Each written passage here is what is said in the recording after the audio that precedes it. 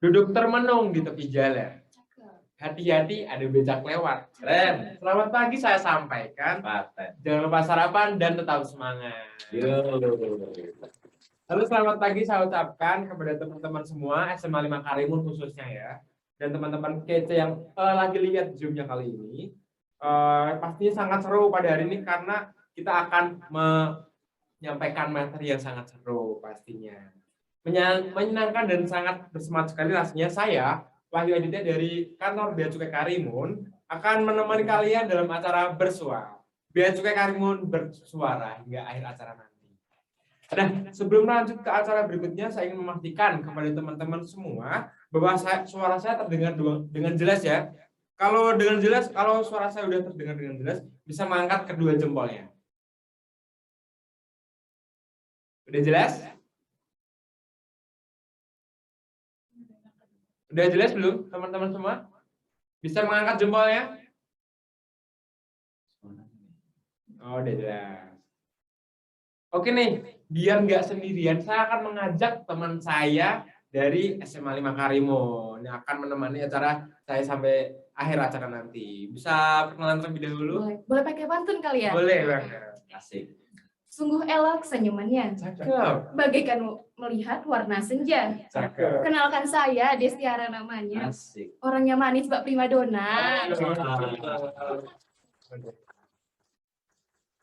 Jadi kali ini saya akan ditemani sama Destiara ya, teman-teman kalian semua yang udah hadir di sini yang akan menemani saya dalam acara bersua. Gimana kabarnya, Ara nih? Alhamdulillah baik. Kalau Kak Adit sendiri gimana kabarnya? Alhamdulillah baik ya, walaupun hujan rintik-rintik di sini, tapi tetap semangat. Semangat dong. Gimana sekolah? Lancar? Alhamdulillah lancar. Pusingnya juga lancar. Destiara ini kelas berapa sih, kalau boleh tahu? Kebetulan lagi duduk di kelas 12. Duduk di kelas 12 ya. Gimana persiapan untuk menghadapi setelah lulus nih? Yang pertama tuh pasti belajar ya, karena mau insya Allah lanjut kuliah. Terus persiapan mental juga, karena tahu sendiri kalau kuliah tuh mental harus matang, strong gitu. Ya. Jadi Destiara nih udah tahu belum nih pada kali ini acara yang akan kita bawakan apa? Apa tuh kira-kira? Belum tahu berarti ya? Belum dong. Jadi saya kasih tahu dulu. Jadi pada pagi hari ini kita akan melakukan acara yang bertajuk Bersua, Bea Cukai Karimun bersuara, yaitu dengan tema mengenal bea cukai lebih dekat, yang diselenggarakan oleh Humas Bea Cukai Karimun sebagai sarana menyampaikan informasi ke masyarakat umum nih, Destiara. Jadi kita di sini mau ngasih tahu nih tentang bea cukai itu seperti apa sih, khususnya ke teman-teman SMA seperti itu. Nah, biar nggak tambah penasaran dari fungsi dan tugas bea cukai sendiri ini, tapi sebelum kita melanjutkan ke acara berikutnya, saya akan menyampaikan tata tertib yang akan kita lakukan pada hari ini. Nah, untuk yang pertama, peserta mengganti nama pada aplikasi Zoom dengan format bersua _ nama _ sekolah. Contohnya bersua _ Aditya _ SMA Negeri 5 Karimun. Yang kedua, peserta diharapkan hadir 15 menit sebelum acara dimulai, memastikan bahwa koneksi internet berjalan dengan baik dan kondisi sekitar tempat duduk dalam keadaan yang relatif hening. Yang ketiga, peserta memakai pakaian yang seragam ya kali ini ya, biar kompak. Kemudian semua audio akan dinonaktifkan pada saat acara berlangsung guna menjaga ketertiban. Yang kelima, peserta diharapkan mengikuti acara hingga berakhir. Agar acara semakin meriah dan kompak, kami sampaikan kepada para peserta untuk mengganti background dengan virtual background yang telah kita berikan. Saya yakin teman-teman yang mengikuti acara bersua kali ini dapat memahami aturan dengan baik ya. Dan saya menginformasikan kepada semua hadirin bahwa acara sosial ini akan diupload nanti pada YouTube Bea Cukai Karimun. Jadi yang ketinggalan pada acara kali ini bisa mengikuti acaranya di YouTube nanti. Oh, ada di YouTube. Iya. Karena saat ini jumlah partisipan sudah banyak ya. Tanpa perlu berlama-lama lagi, saya akan membuka acara pada kali ini. Assalamualaikum warahmatullahi wabarakatuh. Yang terhormat Kepala Kantor Pengawasan dan Pelayanan di Pemerintah Tanjung Balai. Waalaikumsalam. Yang kami hormati Kepala Sekolah SMA Negeri 5 Karimun, yang kami hormati para pejabat dan pegawai yang telah bergabung, serta seluruh hadirin acara Bea Cukai Karimun bersuara. Puji syukur mari kita panjatkan kepada Tuhan Yang Maha Esa, karena berkat rahmat-Nya kita dapat berkumpul pada acara Bea Cukai Karimun Bersuara dengan topik mengenal bea cukai lebih dekat, dengan sehat dan sentosa. Selamat pagi dan selamat datang kepada seluruh peserta Bea Cukai Karimun Bersuara pada hari Selasa 15 Maret 2022 dengan pembahasan hari ini yaitu pengenal bea cukai lebih dekat yang akan disampaikan oleh Bapak Andri Prabowo, Komisioner Pemeriksa Bea Cukai Lantai. Nah, sebelum kita memulai acara pada pagi kali ini, mari kita sejenak menundukkan kepala seraya berdoa untuk kesehatan kita semua. Berdoa dipersilakan.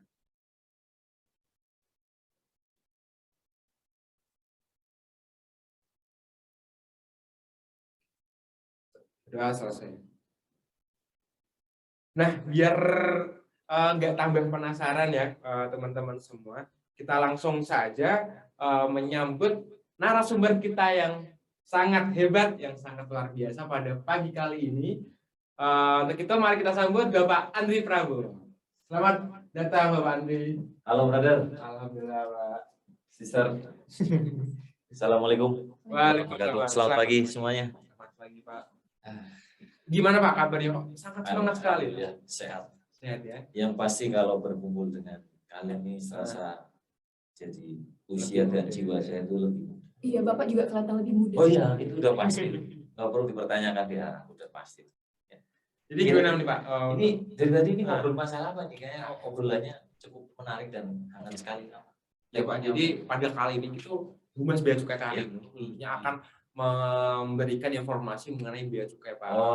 Kan kalau dari teman-teman semua nih ya, khususnya teman-teman SMA 5 Karimun kan mungkin ada yang belum tahu nih fungsi dari bea cukai Karimun gitu. Mungkin Ara bisa menambahkan. Mungkin kita tuh yang orang awam itu mungkin masih bertanya-tanya apa sih sebenarnya bea cukai Karimun itu gitu. Jadi pengen biar lebih mengenal gitu ya, benar, lebih mendalam. Nah, kalau misal udah kenal kan pastinya udah sayang apa ya. Jadi lebih cinta juga. Apalagi dari teman-teman semua mungkin ada yang ingin bergabung juga Pak menjadi bagian dari instansi bea cukai sendiri. Seperti itu. Sebelumnya saya sapa dulu. Halo, brother, sister, teman-teman, adik-adik dari SMA Negeri 5 Karimun. Selamat pagi, assalamualaikum. Apa kabar semuanya? Sehat-sehat aja ya?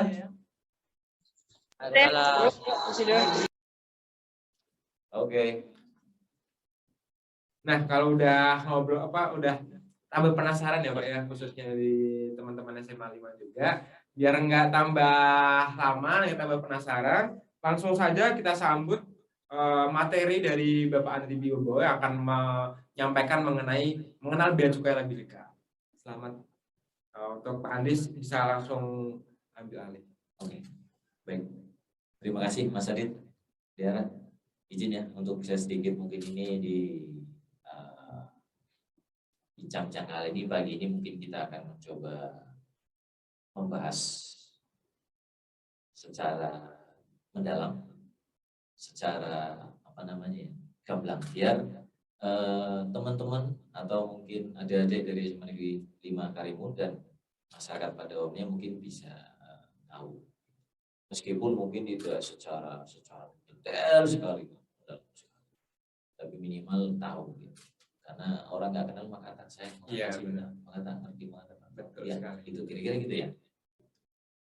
Dan orang mungkin di luaran tuh taunya bea cukai mungkin tahu sekilas gitu ya. Tapi saya yakin sih sebenarnya ini di Karimun sendiri kan sebenarnya hampir kayaknya bea cukai itu banyak jumlahnya ya daerah ya. Karena di Karimun sendiri di sini ada kantor wilayah ya, khusus Kepulauan Riau. Terus ada PSO, Pangkalan Operasi, pelayanan, ada kantor pelayanan, ada 3.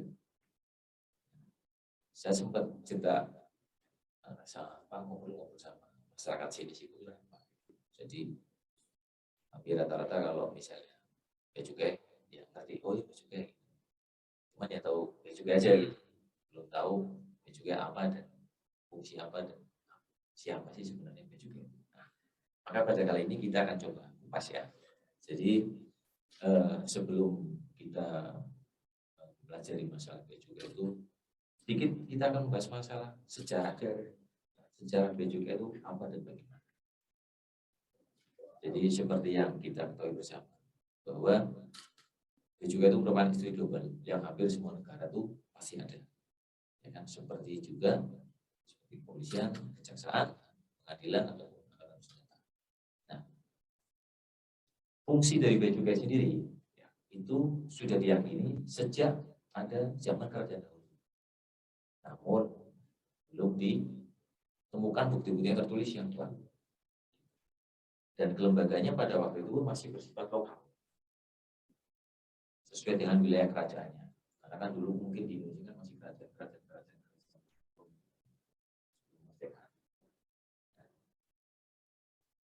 Sejak VOC masuk ke dalam katanya. Ini saya coba ini baca karena ada campuran bahasa Pendek. bahasa Jepang. VOC itu dalam bahasa Belanda. Foreign Host Discharge Company atau dalam bahasa Indonesia itu Fungsi Dagang Hindia Timur Belanda. Pada saat itu masuklah istilah kata douane untuk menyebut petugas bea cukai, dan kata douane itu seringkali dipakai sampai sekarang karena memang ini dalam bahasa Belanda. Itu kayak pada masa VOC dimulai pada saat Gubernur Jenderal Jan Peterson mengundangkan tarif bea masuk yang pertama di Batavia. Itu tepatnya pada tanggal 1 Oktober 1620. Pada masa pemerintahan Hindia Belanda didirikan the Dienst der Information and Assistance (IUNI). Sorry ya kalau bahasa Belandanya mungkin agak kurang tepat, tapi kira-kira untuk menggambarkan secara yang juga seperti itu. Dalam terjemahan bebasnya yang berarti dinas bea impor dan bea ekspor serta cukai. Nah, merupakan sebuah jabatan di bawah Departemen. Nah, pada waktu itu tugas bea cukai atau douane pertama memungut Inverrechten itu bea masuk atau bea impor. Terus yang kedua Uitvoerrechten yaitu bea ekspor atau luar ekspor. Terus yang ketiga excision excess atau tangkap. Ada 3, pada waktu itu ada 3. Terus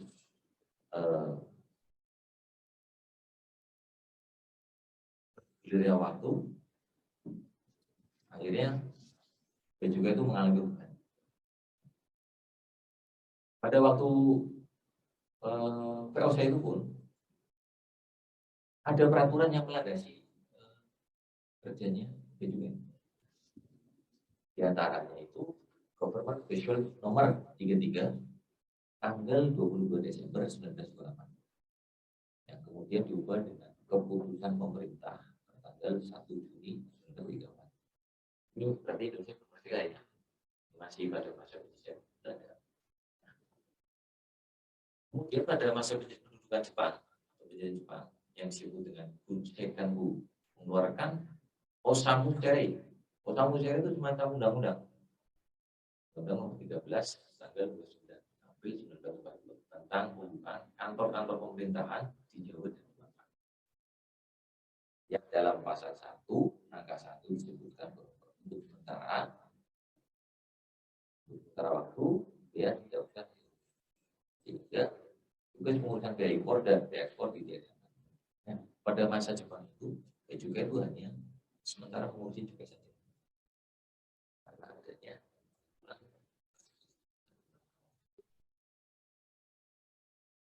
memang pada masa Jepang sama Belanda juga ada pertimbangan tertentu kan karena namanya dalam melakukan pasti ada kebijakan pikiran kita baik Belanda maupun Jepang bagaimana sebaiknya melakukan tugas kamu.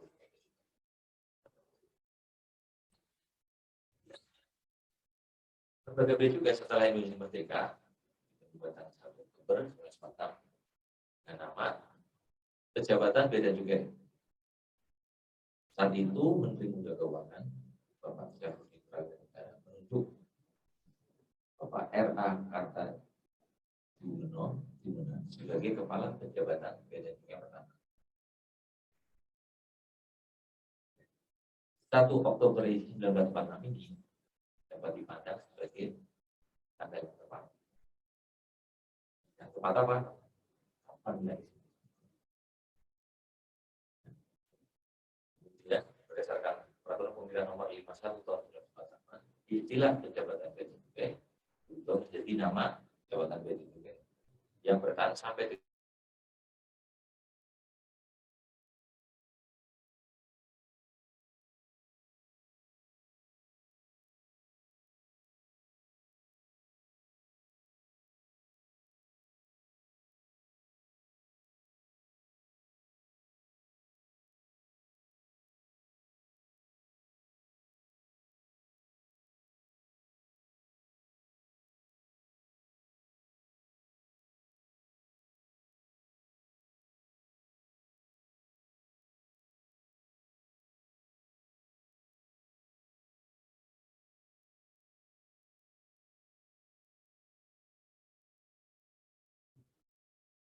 karena ya Bea Cukai ini kan salah satu organisasi yang artinya mempunyai peranan dan bukan Ya. di samping instansi lain pajak yang lainnya. Kira-kira seperti itu Mas Adi. Kalau bila dari sejarahnya tidak. Ya, ini ya, kita kira-kira itu Mas Adi. Ya. Terus apa lagi Mas Adi yang ini? Nah, kalau kita kan udah tahu nih Pak sejarahnya. Yes. Nah, kalau di zaman dahulu tuh seperti itu, maksudnya ya istilahnya menjembatani, memfasilitasi. Apakah di zaman sekarang tuh fungsinya masih sama atau ada perkembangan seperti itu? Kalau bicara masalah tugas dan fungsi, memang kembali lagi ini bicara masih ada perubahan. Karena bagaimanapun namanya dalam hal ekspor impor semakin kesini akan semakin berkembang polanya. Indonesia semakin berkembang. Tapi untuk tugas dan fungsi dalam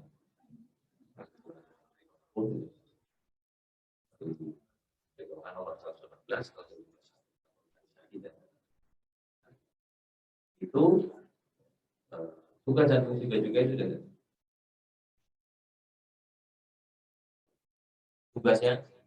Tugasnya itu kalau mengacu ke PMK 118 tersebut menyelenggarakan perumusan dan pelaksanaan kebijakan di bidang penegakan hukum, pelayanan dan optimalisasi penerimaan negara di bidang kepabeanan juga sesuai dengan ketentuan peraturan perundang-undangan. Itu tugasnya. Kemudian fungsinya ada sekitar mungkin saya bacakan. Pertama, perumusan kebijakan di bidang penegakan hukum, pelayanan pengawasan, optimalisasi penerimaan negara di bidang kepabeanan juga. Itu pertama. Kedua, pelaksanaan kebijakan di bidang pengawasan, penegakan hukum, pelayanan dan optimalisasi penerimaan negara di bidang kepabeanan dan juga. Jadi kalau pertama perumusannya, terus yang kedua pelaksanaan. Bedanya itu. Ketika saya baca yang pertama. Terus yang ketiga, penyusunan norma, standar, prosedur dan kriteria di bidang pengawasan, penegakan hukum, pelayanan dan optimalisasi penerimaan negara di bidang kepabeanan dan juga. Yang keempat, pemberian bimbingan teknis dan supervisi di bidang pengawasan, penegakan hukum, pelayanan dan optimalisasi penerimaan negara di bidang kepabeanan dan juga.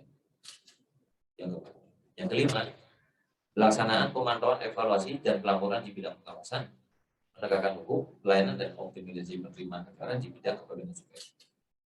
Kemudian yang keenam, pelaksanaan administrasi Direktorat Jenderal Bea Cukai dan ketujuh, pelaksanaan fungsi lain yang diberikan oleh Dewan. Itu kalau mengacu secara itu. Dalam hal melaksanakan tugas dan fungsinya itu tentunya secara general masih ada tujuan. Pertama, yang sering kita cita Ya. Pertama, strategi organisasi. Kedua itu konfirmasi pajak dalam KPO yang maksimal untuk kepentingan penerimaan keuangan negara. Terus, yang kedua, community protection, melindungi masyarakat dari masuknya barang-barang berbahaya, termasuk penyelundupan, ya. Awasi jangan sampai terjadi apa. Terus yang ketiga, industrial system, melindungi industri tertentu dalam negeri dari persaingan yang tidak sehat dengan industri jenis dari luar negeri. Ya kan? Terus yang keempat, trade facilitator, berikan fasilitas dalam perdagangan, baik ekspor maupun impor. Jadi memfasilitasi yang mungkin cukup banyak dan sangat banyak fasilitas berikan dari kebebasan bea masuk, ya kan? Seluruhnya maupun kebebasan bea masuk juga. Mungkin itu yang terkait dengan tugas fungsinya, itu juga yang negara. Jadi cukup kompleks memang. Dilihat dari yang sebelumnya tadi sejarahnya itu cuma hanya pungutan bea masuk, terus bea keluar sama cukai. Nah, ini udah makin banyak lagi, makin kompleks lagi, menyesuaikan dengan situasi kondisi dan pasar global. Perkembangan lah. Yes, itu untuk bea cukai sendiri nggak cuma patroli aja Pak ya. Betul. Kompleks tuh fungsinya seperti itu. Nah itu tadi patroli ada apa? Salah satu bagian dari ini termasuk community protection, ya kan? Karena kalau patroli laut, patroli darat termasuk itu. Salah satunya itu. Jadi bagaimana konflik di laut, ya kan? Bagaimana konflik pergerakan kapal orang ada yang mungkin mencurigakan atau mungkin menyelundupkan barang-barang dan sebagainya. Ya, kira-kira gitu. Kalau salah tugas yang tapi Mas Adit mungkin teman-teman SMA 5 tuh kira-kira sudah tahu belum sekilas apa sih BSB? Kira-kira tahu nggak? Kalau misal Kalau untuk Tiara dan teman-teman mungkin kita tuh taunya mungkin sebatas bea cukai itu ngambil barang yang non ilegal, cuma sebatas itu. Kalau yang fungsi dan tugasnya secara spesifik itu tuh kita belum pada tahu. Ya, wajar ya, karena memang artinya yang dilihat dari teman-teman hanya sekilas dari luarnya. Tapi kalau kita dari internal kan mungkin bisa paham lah ya, kira-kira seperti itu. Jadi mengulas lagi ya Pak terkait tugas dan fungsi tadi banyak, tapi ada 4 poin ya Pak ya. Dari tusi bea cukai sendiri, yang pertama revenue collection, yaitu penerimaan negara. Jadi bea masuk, bea keluar dan juga itu adalah salah satu aspek penerimaan negara ya Pak ya, pungutan negara yang akan nantinya menjadi tulang punggung negara juga di APBN sendiri.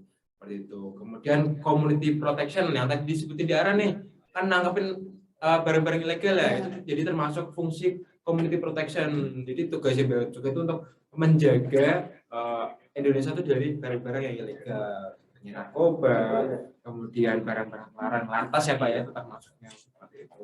Kemudian trade facilitation itu kita bekerja sama sama stakeholder kita ya Pak ya, para pengguna jasa. Jadi misal kalau dari kalian ada nih saudaranya yang mau ekspor atau mau impor, kita memfasilitasi ada kegiatan tersebut ya Pak ya.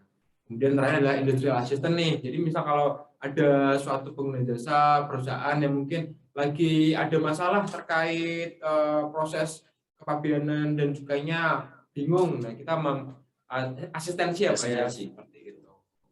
Jadi di sini kompleks lah kalau kita berbicara tugas dan fungsinya. Sangat kompleks. Nggak cuman ngambilin barang-barang ilegal aja di arah seperti itu.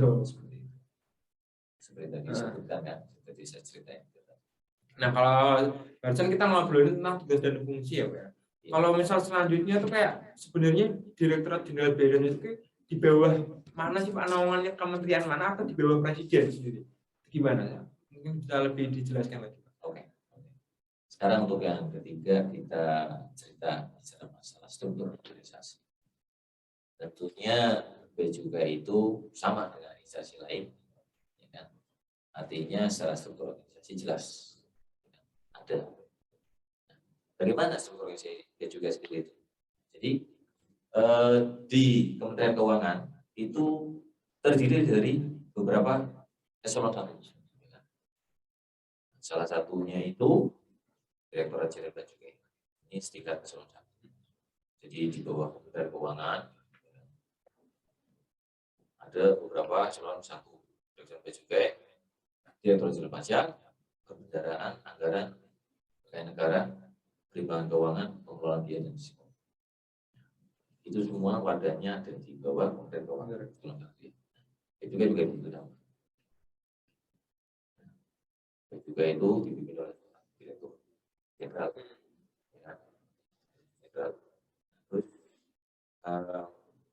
di dalam Direktorat Jenderal juga sendiri sesuai dengan peraturan 148 itu terbagi lagi beberapa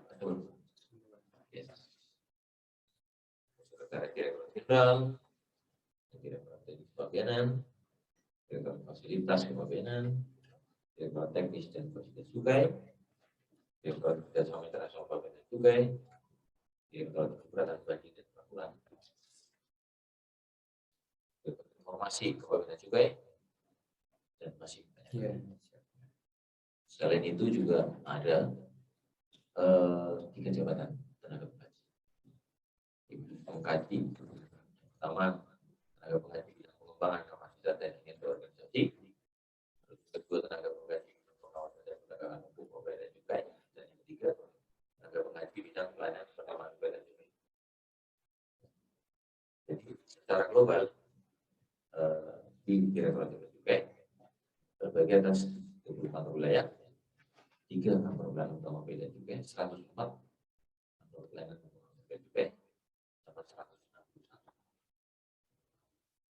Yang terakhir 644 pos tersebar di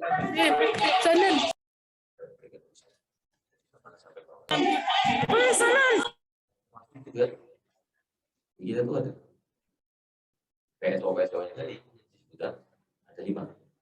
PSO Tanjung Balai Karimun, PSO Batam, PSO Tanjung Priok, PSO Pantulan, dan PSO Semarang.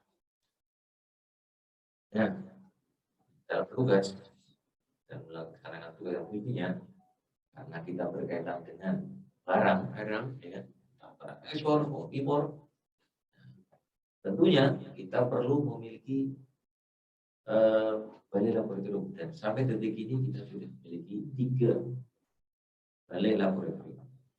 Ya. Pertama, balai laboratorium kelas 1 Jakarta, terus kedua kelas 2 Medan, ketiga balai laboratorium kelas 2 Surabaya. Jadi ada 3. Nah, fungsinya apa?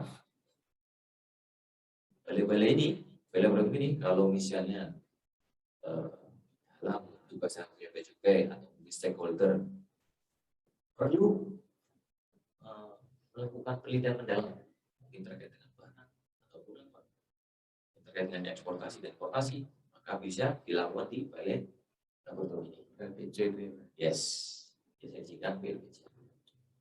Begitu. Jadi bisa dikatakan tuh banyak satker-satker yang tersebar di seluruh Indonesia ya, Pak, ya. Karena kegiatan tuh nggak cuma di Jakarta aja, nggak cuma di Surabaya aja, karena tiap daerah tuh punya ciri khas komoditas masing-masing ya, Pak ya. Betul.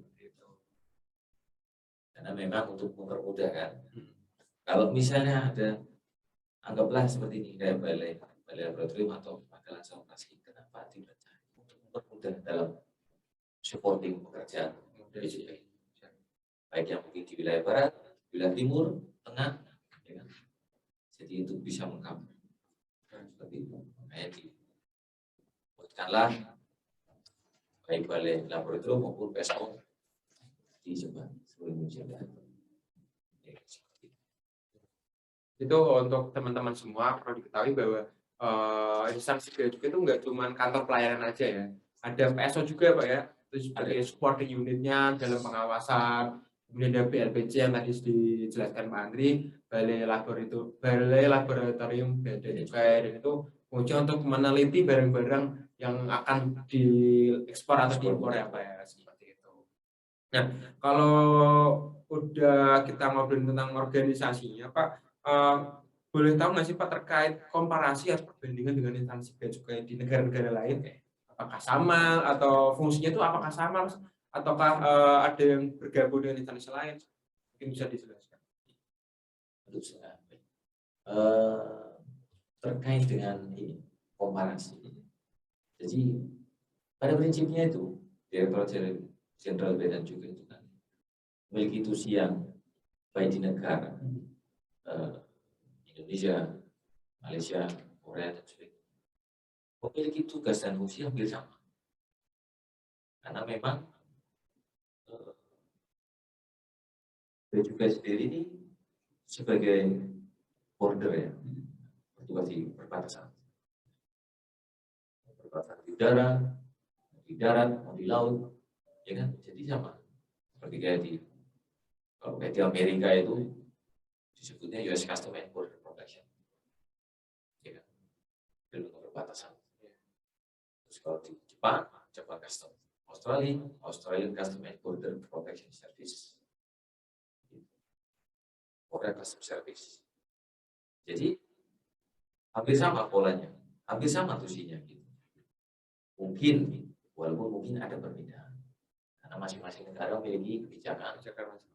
Iya, dan pembuatan keputusan, aturan, regulasi yang mungkin di satu sisi ada berbeda, di satu sisi sama. Tapi pada prinsipnya sama. Royal Malaysia Customs Department, kalau bahasa Indonesia, Custom Dirjen Malaysia, Hong Kong Customs dan Excise Department. Jadi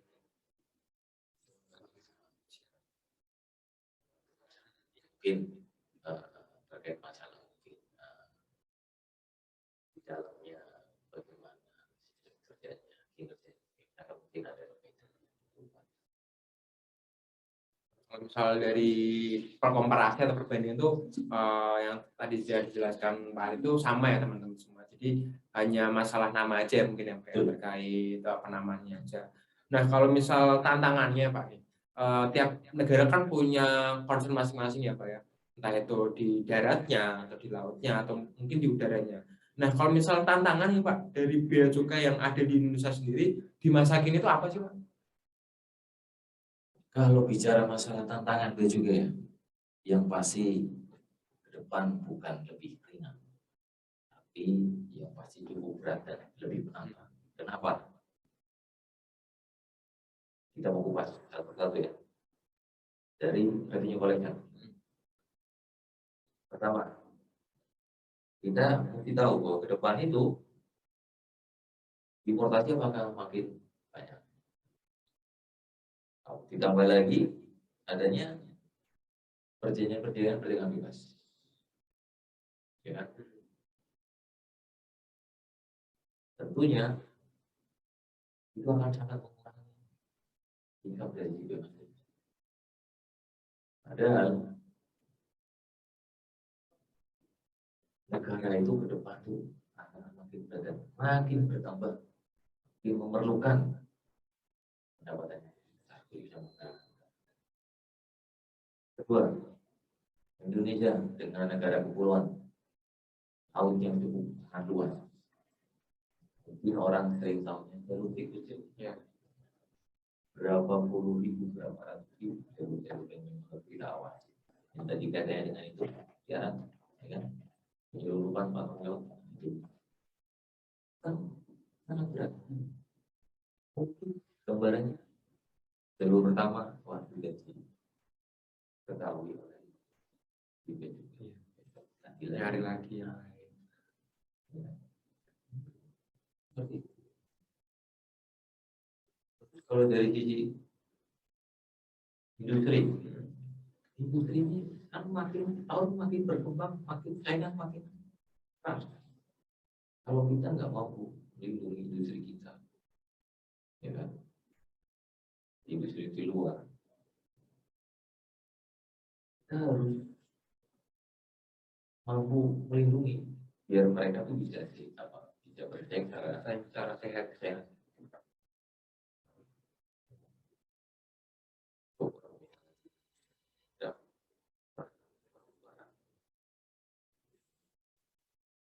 Istilah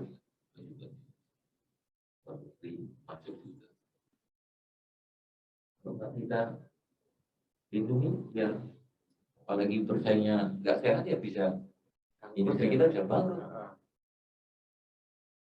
nggak mampu bersaing gitu. Itu salah satu tantangan. Bagaimanapun terkait dengan fungsinya bea cukai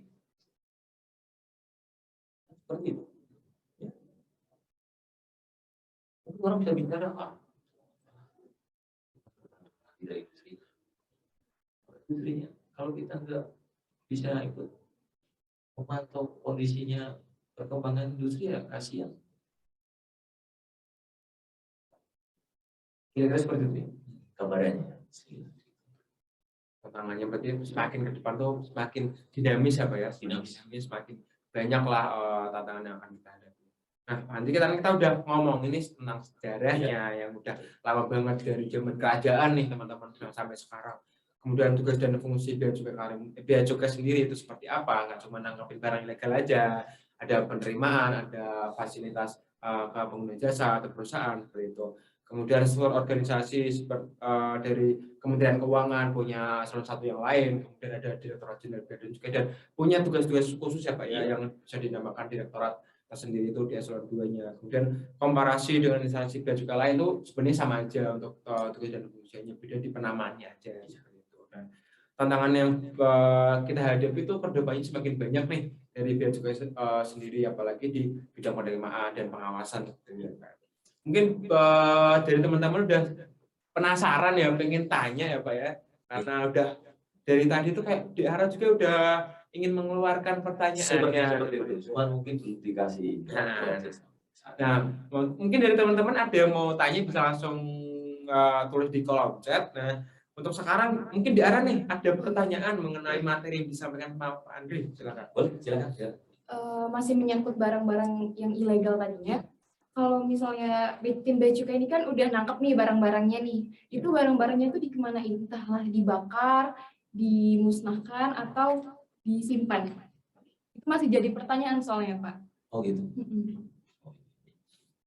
Ya memang itu pertanyaan yang sering sering dilontarkan dari masyarakat termasuk ya. Artinya masyarakat juga pengen tahu sebenarnya itu barang-barangnya juga itu produknya dia bagaimana. Pasti kan gitu. Iya. Jangan gitu. Nah, ini kalimat jangan ini yang agak ini.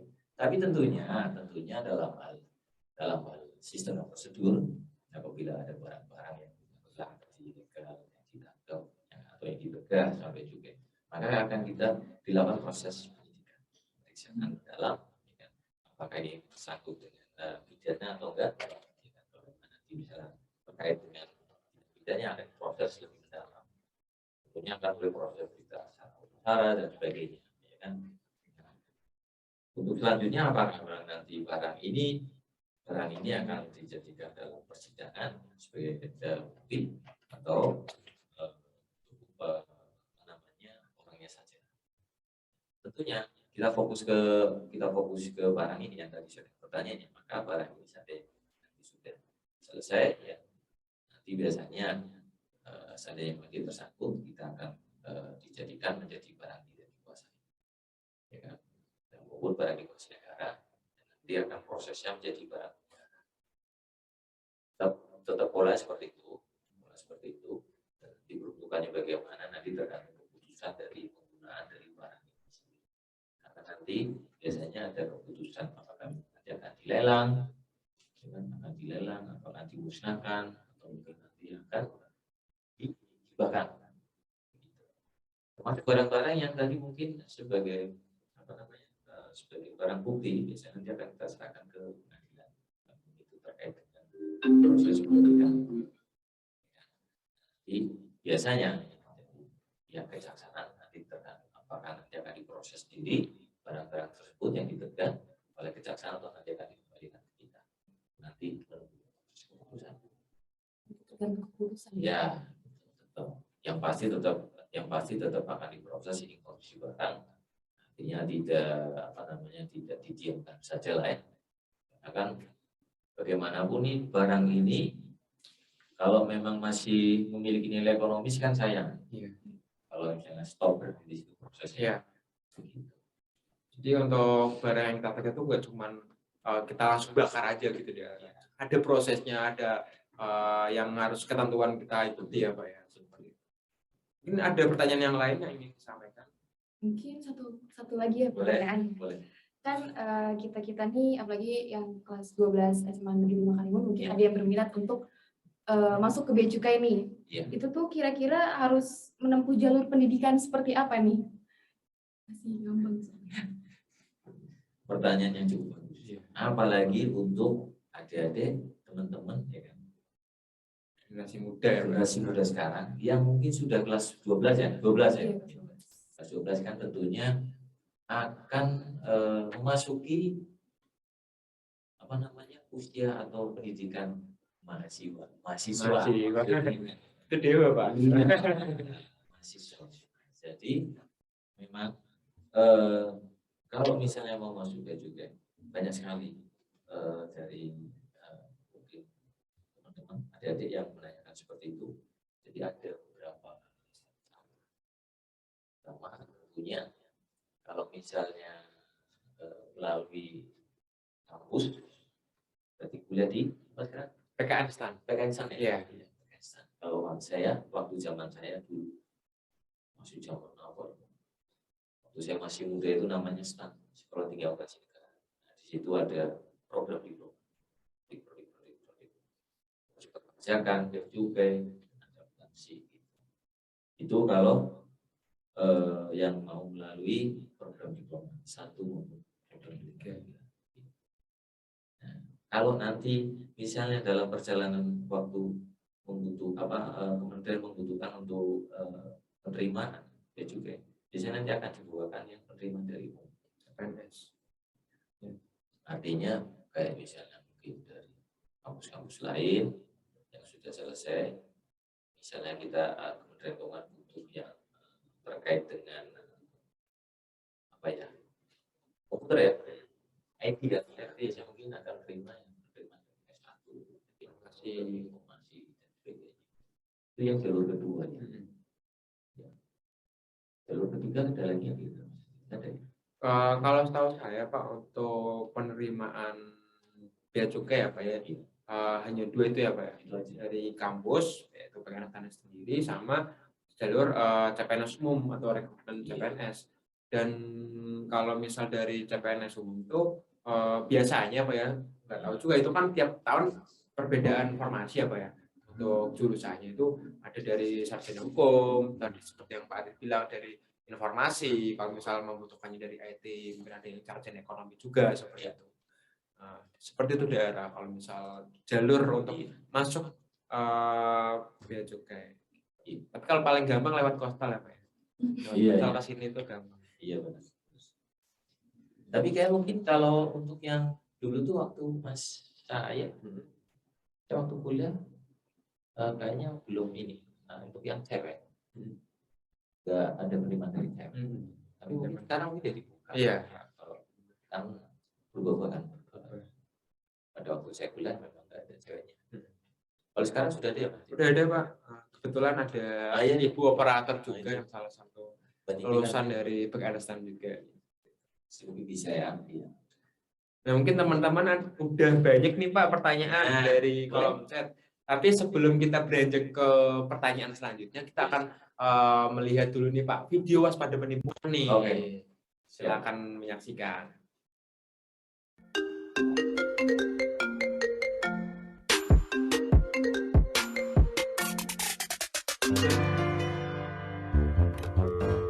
Halo, selamat sore. Ini dengan Rani, benar? Iya benar, ini nomor siapa ya? Baik Ibu, saya dari PT Bea Cukai Bandara Indonesia Ibu. Oh iya, kenapa? Ini kami mau menginfokan kalau barang Ibu sementara kami tahan Ibu. Tahan? Iya, Kenapa Pak ditahan? Ini sudah otomatis dari sistem kami di PT Bea Cukai ya Ibu. Barang Ibu ada barang terlarang Bu. Barang terlarang? Apanya yang terlarang, Pak? Iya, ini barang Ibu diduga ya Bu. Ini yang barang kiriman saya dari Korea kan? Kenapa Bu? Ini yang barang saya dari Korea kan? Oh betul. Kalau boleh tahu ini Ibu kirim apa ya Bu? Loh, katanya ada barang dilarang. Harusnya Bapak tahu dong isinya. Kok malah nanya? Benar Bu, saya hanya memastikan saja sesuai dengan database aplikasi kami Bu. Oh gitu. Benar Ibu. Kemarin saya kirim skincare doang sih. Baik. Terus gimana barang saya, Pak? Benar, ini akan kami proses Ibu barangnya, tapi Ibu harus membayar uang pajak terlebih dahulu Ibu. Bayar apa? Bayar pajaknya Ibu. Oh, emang berapa pajaknya? Ini sudah kami periksa ya Ibu, sudah sesuai standar database kami di PT Bea Cukai Bandara Indonesia Ibu. Ibu harus membayar lebih dahulu pajaknya sebesar 4,5 juta rupiah Ibu. 4,5 juta? Ini nggak salah, Pak. Benar Ibu. Emang berapa sih tarif pajaknya kok bisa mahal banget gitu, Pak?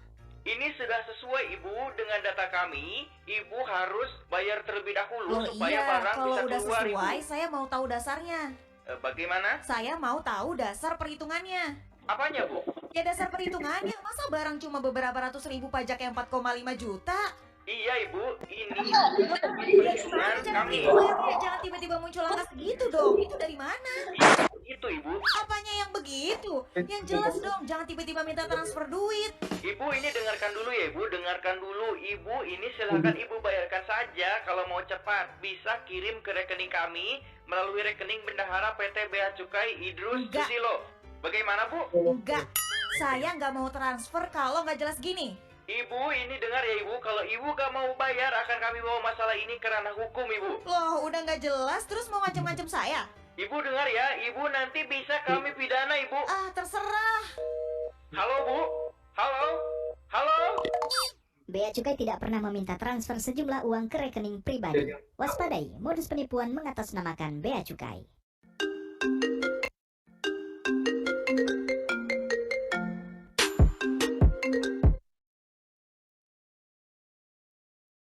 Dia Pak, video waspada penipuan yang saya kira tuh masih banyak ya Pak ya Banyak. terkait modus penipuan pada kali ini. Sebenarnya tuh modus penipuan yang akhir-akhir ini bisa kita apa ya Pak ya, bisa kita hindari Tandai, seperti, ya. seperti apa? Iya, iya. Baik-baik. Hmm. Cukup. Saya terkadang kalau bicara masalah penipuan dalam apa namanya ya, instansi atau dalam tugas kita juga itu cukup kreatif karena di zaman yang sudah modern seperti ini, ya kan, itu masih aja itu ada orang yang mencoba untuk melakukan penipuan mengatasnamakan bea cukai. Dan itu terus terang aja Mas Adi Tiara, buat saya yang mungkin kurang lebih sudah cukup berkecimpung dalam kerja pada saat masih di Soekarno Hatta itu sangat banyak. Jangankan dari orang awam, orang yang mungkin masih keluarga kerabat kita juga itu masih dimungkinkan karena apa sih sebenarnya tanda-tanda atau mungkin yang mungkin bisa kita amati bahwa oh memang ini mungkin penipuan. Satu, umumnya itu korban mengenal pelaku melalui media sosial. Jadi contohnya kayak waktu di Suta itu, dia kenal melalui medsos. Anggaplah misalnya nih Mas Adit sama dia. Mas Adit dari luar negeri. Dia, saya ngirim barang, isinya emas, terus uang dolar ratusan ribu dolar. Tolong di ini ya. Nah, habis itu Mas Adit ini nunjuk orang di Indonesia. Ditanya lah. Intinya di situ, ini ketahan nih barangnya. Minta tolong untuk ditebuskan sekian juta untuk keluar itu. Wah, itu. Pasti itu penipuan itu. Mana ada juga seperti itu? Nggak ada itu. Orang bilang sih tak ada itu model-model seperti itu. Kalau yang seperti itu masih melawan seperti itu berani sekali kalau nggak. Ya kan? Nah, umumnya pelaku langsung mengirimkan paket dengan nominal yang cukup fantastis, emas, uang dolar, dan sebagainya. Terus biasanya nanti akan berikan nomor resi. Nomor resi itu nomor resi pengiriman palsu. Kenapa palsu? Mungkin kalau misalnya kita tahu resi pengirimannya, anggaplah kayak kantor pos itu kalau yang penipuan ini aneh, nomornya itu panjang, terus pakai kombinasi huruf yang XXX apa itu udah kelihatan sekali. Terus nanti korban itu dihubungi sama oknumnya yang tadi Mas Adi mungkin atau mungkin orang lain, bisa aja mungkin Mas Adi juga waktu itu misalnya gitu, menghubungi si penerima, dibohongin dan sebagainya, ngaku-ngaku kayak juga, padahal bukan kayak juga. Terus biasanya juga menggunakan nomor handphone yang digunakan nomor handphone rekening pribadi gitu. Ya nanti ibu Ara kirim ini ya uang sejumlah sekian ke nomor rekening, kalau nomor rekening kan nomor rekening Indonesia dan nomor pribadi lagi. Udah ya. Tadi kan yang kita dengar tuh sampai mengancam itu kan, ya itu. Jadi dalam beberapa kasus pelaku itu mencoba mengancam korban, menakut-nakutin. Kalau tidak segera ditransfer, barang ibu tidak bisa diambil. Barang ibu akan kami kirim kembali ke luar negeri. Seperti itu, ancaman seperti itu. Jadi kalau misalnya ada modus seperti ini, jangan langsung dipenuhin, tapi harus benar-benar cermat. Kalau sekiranya memang ini suatu modus penipuan, jangan dipenuhi. Seperti tadi yang dalam video itu, ibu siapa tadi namanya? Bagus itu, udah matiin aja. Tidak usah dilanjutkan. Kira-kira seperti itu ya. Nah, mungkin menambahkan juga ya Pak ya, terkait modus penipuan ini. Mungkin kalau misal teman-teman yang seperti yang Pak Andri tadi bilang, kasusnya tiba-tiba dikirimin barang paket dari luar negeri yang udah ada resinya. Nah, teman-teman bisa cek di tracking barang kiriman beacukai.co.id. Di situ ada nih kolomnya tracking barang kiriman, masukin aja resinya di situ, apakah terdaftar atau enggak. Pertama seperti itu ya.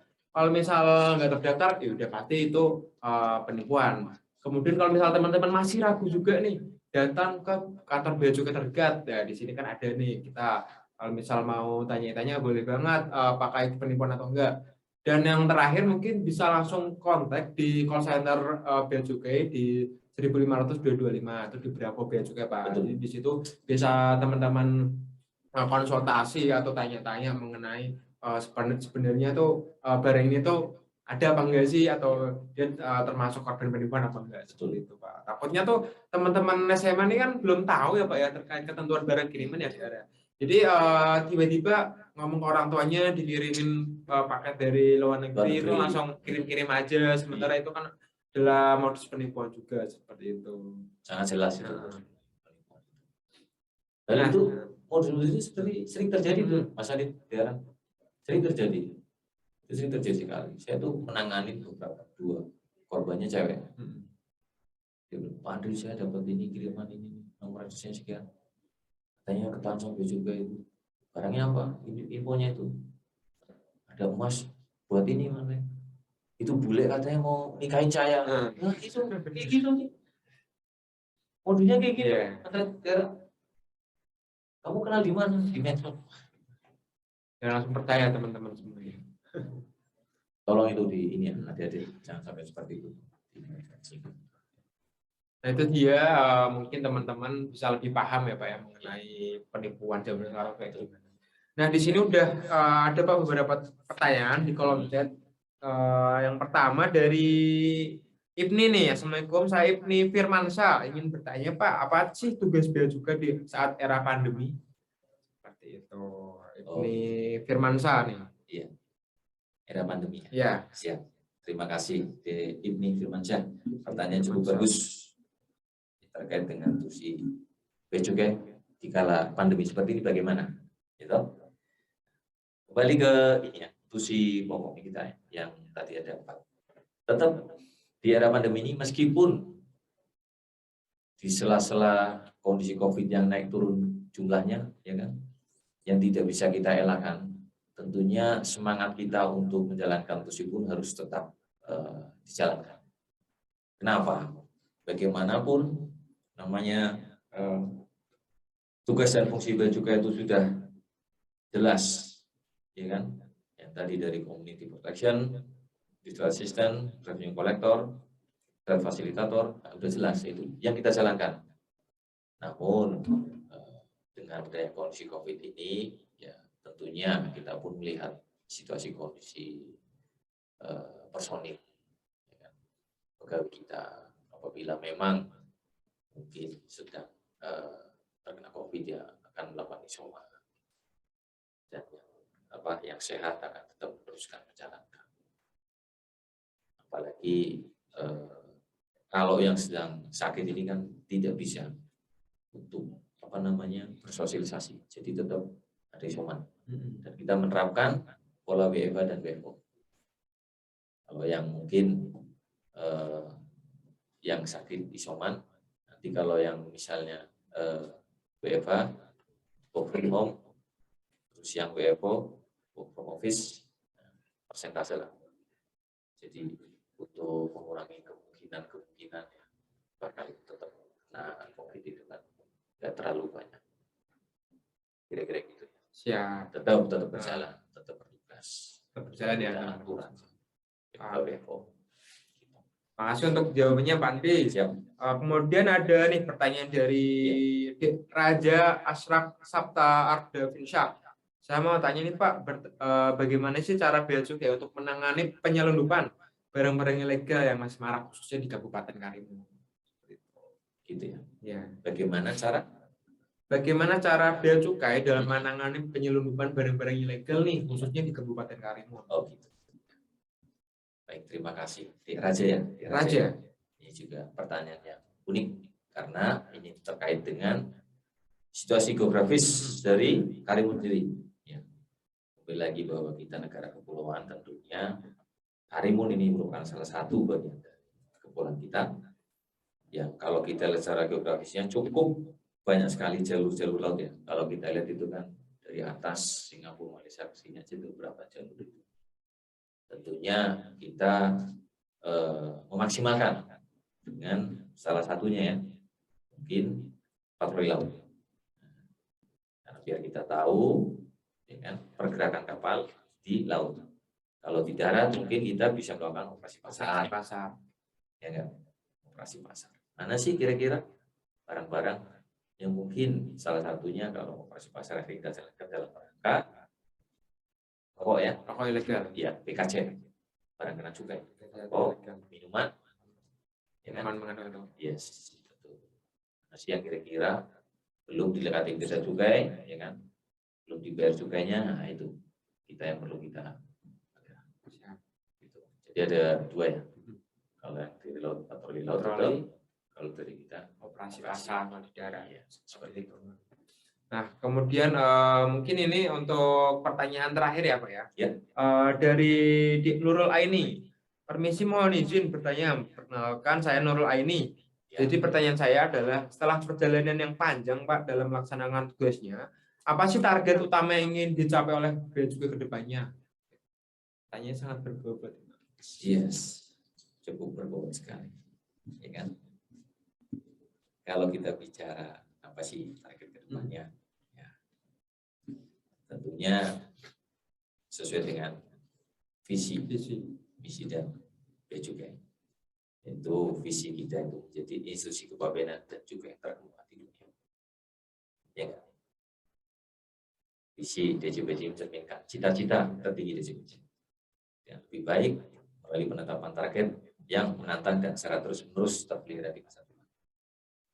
Sedangkan visi misinya memfasilitasi perdagangan industri, menjaga perbatasan dan melindungi masyarakat Indonesia dari penyelundupan dan perdagangan ilegal, dan optimal penerimaan negara di sektor kepabeanan. Tentunya ini yang menjadikan visi misi bea cukai ke depan seterusnya. Lebih banyak. gitu ya. Sadit ya. Ringkasan dari obrolan kita, dari sejarah, struktur, ya kan? Terus dari komparasi, ya kan? Terus apa lagi tadi? Dan ini juga Pak, Tugas fungsi. tugas dan Ya. fungsi, tantangannya juga Tantangan Pak. juga berujung nanti di tadi yang visi-visi. Mungkin dari teman-teman udah lebih paham ya mengenai tugas dan fungsi. Udara, ada yang ingin disampaikan dulu nih setelah disampaikan materi dan beberapa pertanyaan-pertanyaan yang disampaikan juga sama teman-teman. Yang disampaikan. Terkhusus untuk Pak Andri, mungkin terima kasih informasinya. Sama-sama Dara. Yang Terima orang kasih. awam mungkin taunya cuma sebatas itu aja. Setelah Pak Andri dijelaskan, kita lebih tahu lagi. Terima kasih. Semoga ya apa yang kita bahas pada hari ini, podcast ini mungkin bisa bermanfaat ya buat kita semua, khususnya buat teman-teman yang mau melanjutkan kuliah nanti kan. Nah, siap. 12. Pas 12. Nah, karena tadi daerah kan saya tanya juga nih, bagaimana cara kita untuk bergabung di Bea Cukai sendiri. Nah, ini saya juga biasanya akan menampilkan video profil Pak Einstein nih Pak, Ya, di mana teman-teman bisa lebih termotivasi lagi, biar ada gambaran lah tentang Pak Einstein itu seperti apa sih. Untuk itu silakan untuk operator.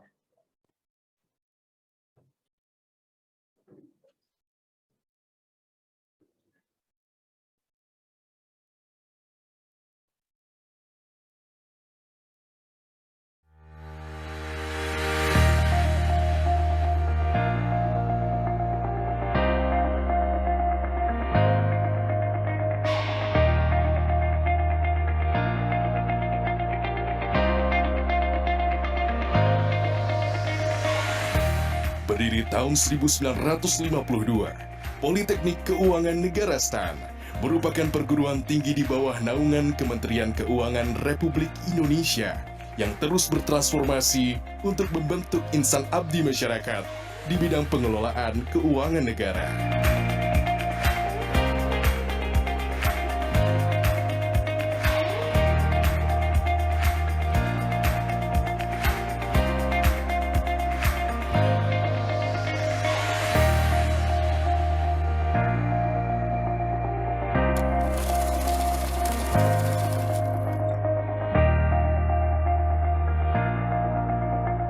Berlokasi di Tangerang Selatan, Provinsi Banten, Politeknik Keuangan Negara STAN kini memiliki 3 program studi, yaitu D4 Akuntansi Sektor Publik, D4 Manajemen Keuangan Negara, serta D4 Manajemen Aset Publik.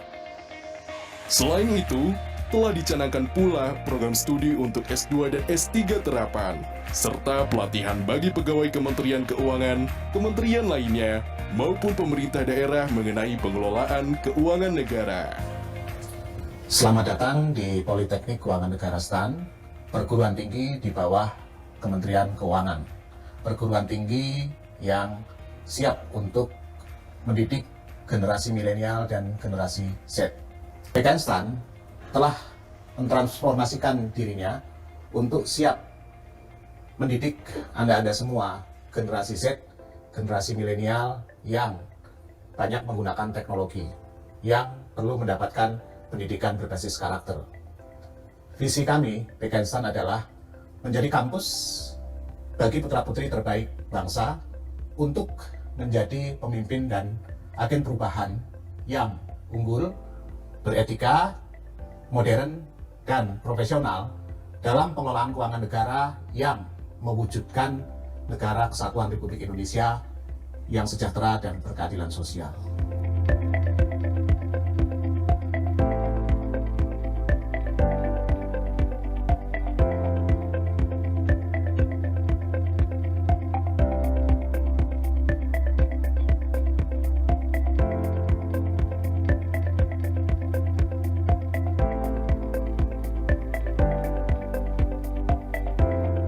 Terus bertumbuh menjadi perguruan tinggi terkemuka, PKN STAN memperbarui kurikulum agar menghasilkan lulusan yang berkompeten dan relevan terhadap perkembangan zaman. Proses pembentukan tiap mahasiswa tidak hanya dikemas melalui kurikulum akademik, tetapi juga melalui kurikulum pengembangan karakter.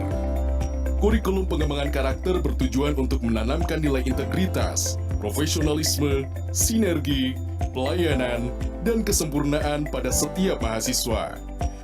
Pengembangan karakter tersebut juga akan didukung dengan program pendidikan asrama bagi mahasiswa PKN STAN.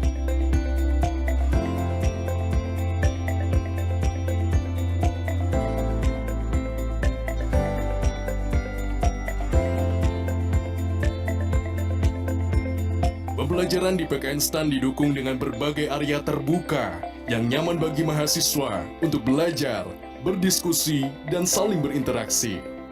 Pembelajaran di PKN STAN juga memanfaatkan teknologi dan menerapkan pembelajaran berbasis digital yang terintegrasi. Hal tersebut ditunjukkan dengan adanya portal Civitas dan Learning Management System untuk memudahkan mahasiswa dan dosen dalam mengakses bahan pembelajaran, tugas, nilai, serta pengumuman lainnya.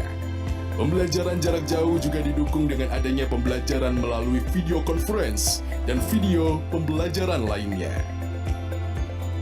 Kurikulum akademik terus diperbarui dengan penekanan kemampuan analisis setiap mahasiswa untuk menyongsong PKN STAN yang berakreditasi unggul dan bertaraf internasional. Menunjang pencapaian tersebut, perpustakaan juga hadir sebagai tempat untuk mahasiswa berinteraksi dan memenuhi dahaga ilmu pengetahuan. Berbagai koleksi buku, jurnal, dan tugas akhir telah disediakan secara fisik maupun digital. PKN STAN terus mendorong adanya pembaharuan perpustakaan digital untuk mengakomodasi kebutuhan mahasiswa. Selain itu, terdapat pula penelitian terapan yang berfokus pada kebutuhan Kementerian Keuangan, juga pemangku kepentingan lain di bidang keuangan negara yang diadakan untuk mendorong kemampuan Civitas. PKN STAN juga memperhatikan kesehatan dan kebugaran tiap Civitas Akademika kampus. Hal ini didukung dengan adanya pelayanan kesehatan umum dan berbagai aktivitas olahraga.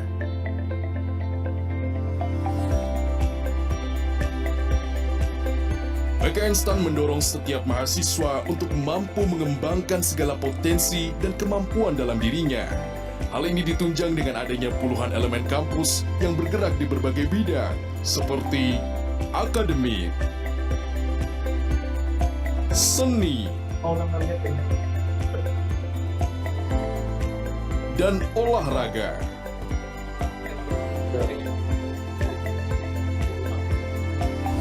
Mahasiswa PKN STAN merupakan putra-putri terbaik dari seluruh penjuru negeri. Oleh karena itu, keberagaman dan kesatuan Indonesia dapat terpancar dari tiap kegiatan kemahasiswaan di PKN STAN. Mahasiswa PKN STAN adalah insan-insan yang unggul, profesional, dan berintegritas yang siap mengabdi di berbagai kementerian lembaga Republik Indonesia dan pemerintah daerah dari Sabang sampai Merauke. PKN STAN. PKN STAN. PKN STAN. PKN STAN. PKN STAN. PKN STAN. PKN STAN. PKN STAN. PKN STAN. PKN STAN Untuk Indonesia. Nah, itu dia.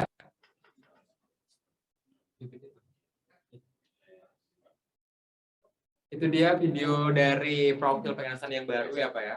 Semoga teman-teman bisa lebih semangat nih dalam menggapai cita-citanya. Mungkin dari teman-teman ada salah satu atau mungkin banyak yang berminat untuk bergabung di PKN STAN, khususnya untuk melanjutkan ke instansi bea cukai sendiri seperti itu ya. Kan kita udah ngobrol-ngobrol mengenai materi yang disampaikan ya Pak ya. Udah Siap. kita lihat juga nih video penipuan tadi dan beberapa pertanyaan-pertanyaan yang disampaikan oleh teman-teman semua. Mungkin kita harap ya dengan adanya kegiatan ini bisa menimbulkan atau memberikan pemahaman mengenai bea cukai tersendiri bagi teman-teman semuanya. Gitu, dan bisa menumbuhkan semangat dan motivasi untuk bisa bergabung dengan instansi bea cukai mungkin ya. Mungkin bisa lewat PKN STAN sendiri yang telah disampaikan, kapan lagi sekolah dengan fasilitas seperti hotel Pak itu Pak, dengan gratis tuh teman-teman semua. Jadi saya bukannya marketingnya atau apa, tapi saya ingin mengajak teman-teman untuk bisa menjadi salah satu bagian dari abdi negara seperti itu. Mas Adit, jujur ya, Siap. saya setelah melihat tadi profil PKN, terus terang aja diarah. Dulu zamannya saya masih kuliah stan, aduh, jauh lebih bagus lah. Ya kan? Itu memang seiring berjalan waktu memang harus lebih baik kan. Nah, pada masa saya lagi kuliah di stan, Ada kambing ya Pak ya. artinya ya memang mungkin pada masa itu tuh kondisi memang seperti itu ya, artinya ya kayak kami sebagai mahasiswa tadi kan udah disiapin tuh ya kan, apa namanya, tempat tinggalnya tuh kayaknya Asrama ya. Asrama. Asrama, makan gratis, cuci Zaman gratis. saya masih ngekos Mas Adit ya, masih ngekos di sekitaran lah, sekitar memang banyak di situ kos-kosan banyak. Cuman kalau lihat dari tadi profilnya ternyata makin luar biasa kayak mantap pokoknya. Ya. Mungkin itu ya. Terima kasih buat Pak Andri ya atas Siap, kesempatan, sama-sama. waktu Sama-sama. dan informasi yang telah disampaikan. Daerah juga yang udah berkontribusi juga nih mewakili dari teman-teman SMA 5 Karimun yang aktif juga ya Pak ya dalam Iya, partainya aktif. juga, saya mengapresiasi. Tapi sebelum mengakhiri acara lebih afdolnya kita bisa foto dulu Pak untuk dokumentasi. Siap. Mungkin untuk teman-teman bisa on cam semua ya partisipannya biar bisa kita upload di Instagram nih nanti, jadi orang tuanya bisa tahu nih anak saya masuk Instagramnya. Oh, iya dong. Seperti itu. Betul itu. Mungkin operator bisa screenshot dalam hitungan 3 ya. Mungkin oke teman-teman, 1, 2, 3. Oke, gaya kedua bebas saja Pak, kita Bebas. nggak usah Oke. formal. Oke, untuk pose kedua 1, 2, 3.